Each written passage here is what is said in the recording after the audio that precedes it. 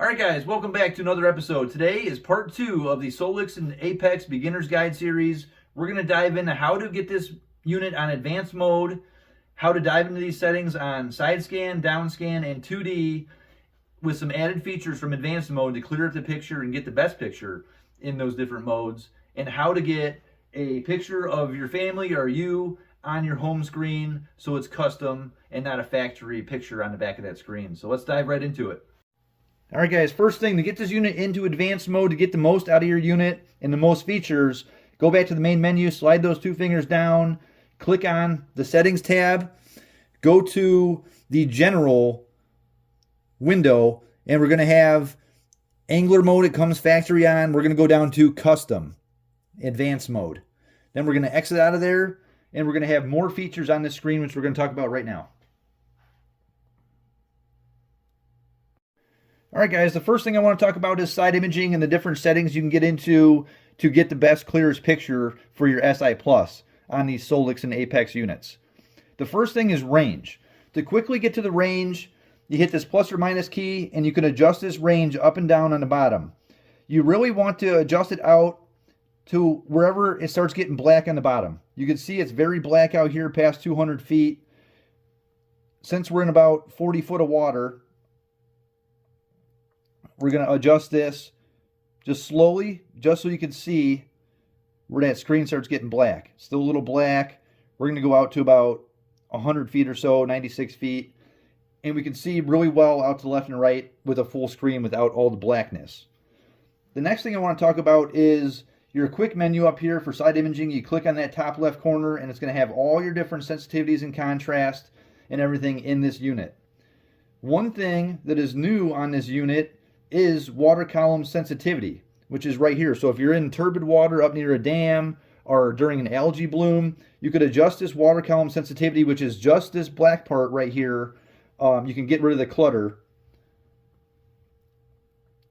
in this black water column. You could adjust that up or down right here.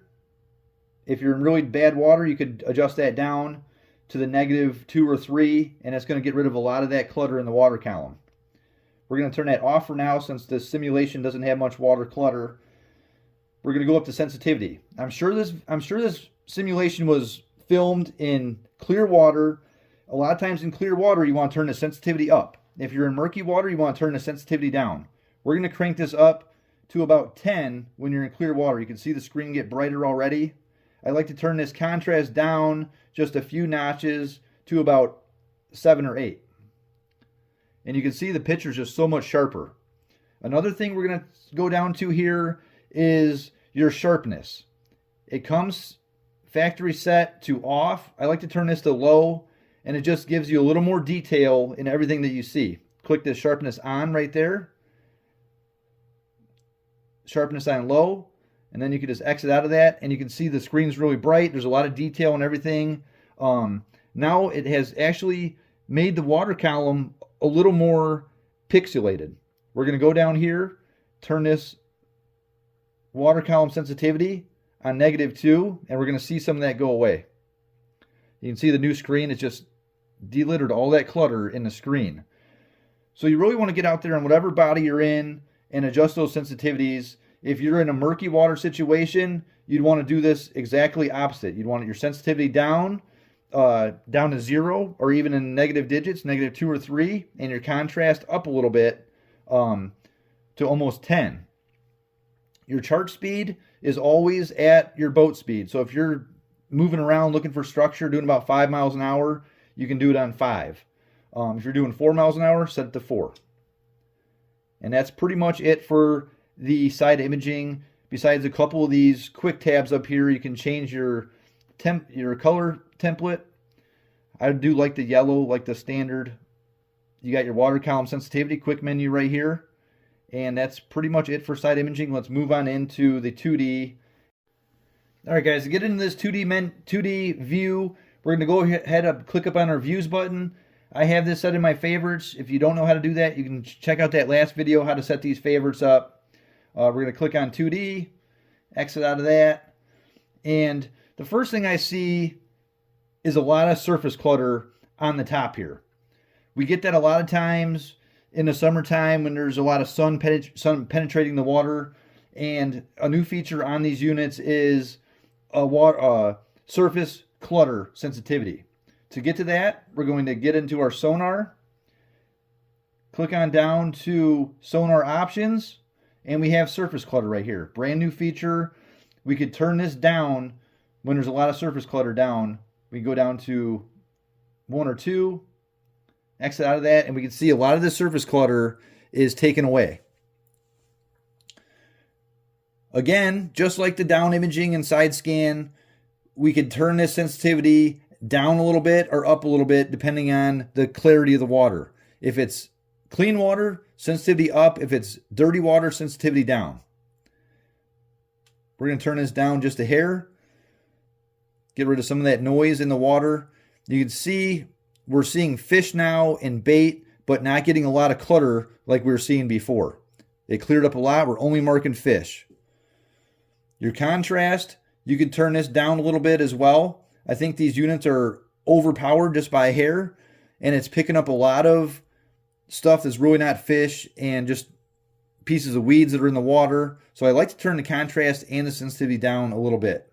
Chart speed, again, is matching your boat speed. So if you're only going 2 miles an hour, say you're out there trolling at 2 or 3 miles an hour, you could adjust this down to 2 or 3, and you're going to get the fish and all the stuff in the water to go better. Next thing I want to talk about is your transducer cone. There's a quick tab up here. You can click on this, display spectrum, and we have a wide, narrow, or full. The wide cone shoots at a wider cone underneath the boat, so you're going to pick up more fish. If you're looking for more detail and less distance away from the boat, you click on the narrow, and that's going to be a much narrower cone, and it's going to be more detail on the fish. It also has full, which is a combination of both, which is going to give you the most display around the boat, but it's also going to pick up more clutter, and you're not going to know if those fish are directly underneath your boat or 10 or 15 feet out to the left or right, depending on what water you're in. I like to keep it on the wide, just while I'm driving around, just to pick up fish around the different areas. And then if I'm actually sharpshooting, say some walleyes or something like that, I'll beam that cone down a narrow cone and actually can see my jig and everything right underneath the boat. If you're looking for your jig, you want to turn that sensitivity up, no matter which water column you're in, until you can see that jig. So we can turn that sensitivity up, and it's going to clutter up the screen a little bit more, but we're actually going to be able to see our jig drop down on the screen, and we can get it down to, say, these fish right here off that little hump.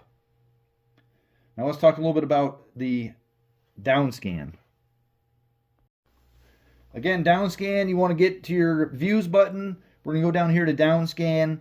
This is going to work a lot like the side imaging and the 2D. The sensitivity is going to be turned up if you're in if you're in clean water. It's going to be turned down if you're in dirty water.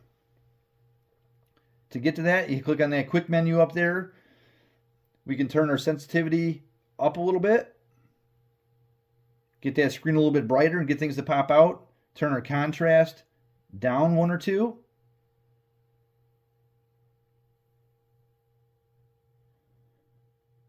And we're going to go down to our sharpness and turn that again on low.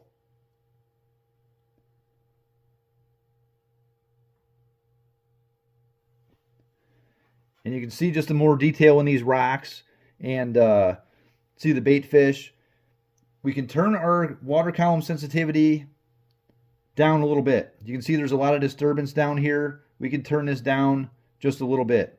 It's really about getting out there in the water, guys, and just messing with these settings back and forth, just like the old TVs, to get the clearest picture. You can see there's less sensitivity in the water column, but you can still have the same detail in the bottom and all the features on the bottom that you're actually looking for. And the fish and bait will still pop up the same.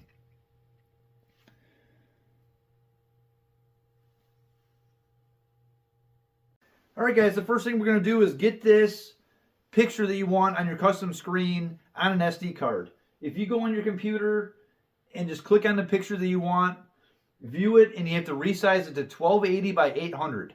That's the main thing, so it fits that screen perfectly. You need an SD card that is 32 gigabytes or less. just put that SD card in your computer. Once that picture's resized, drag and drop that picture onto your SD card. Then we're going to go ahead, stick it in our unit. All right, picture is on the SD card. We're going to go ahead and insert this into our unit. Get to your main menu screen, drag those 2 fingers down. Click on Images. Our picture's going to pop up right here that our SD card is inserted. We're going to click and hold on this picture. It's going to give us some options. We're going to set as wallpaper. Successful. Exit out of there. Exit out of here. Go back to your main menu. And now the custom picture is on your screen, which is really cool. Alright guys, that's it for part 2. I hope this helps some of you guys. We dove into this unit, got it on advanced mode, tweaked those settings a little bit to get a clearer picture. You know, please like and subscribe. Comment down below if you want to see anything else. Next week, we're going to dive into how all these overlays and stuff works with mapping and the overlays with the depth and all that stuff if you want to get them off your screen or make them different. RTS windows, stuff like that, a little more advanced stuff that not everybody needs, but just one more thing that makes this unit great. So stay tuned, guys. We'll catch you on the next one.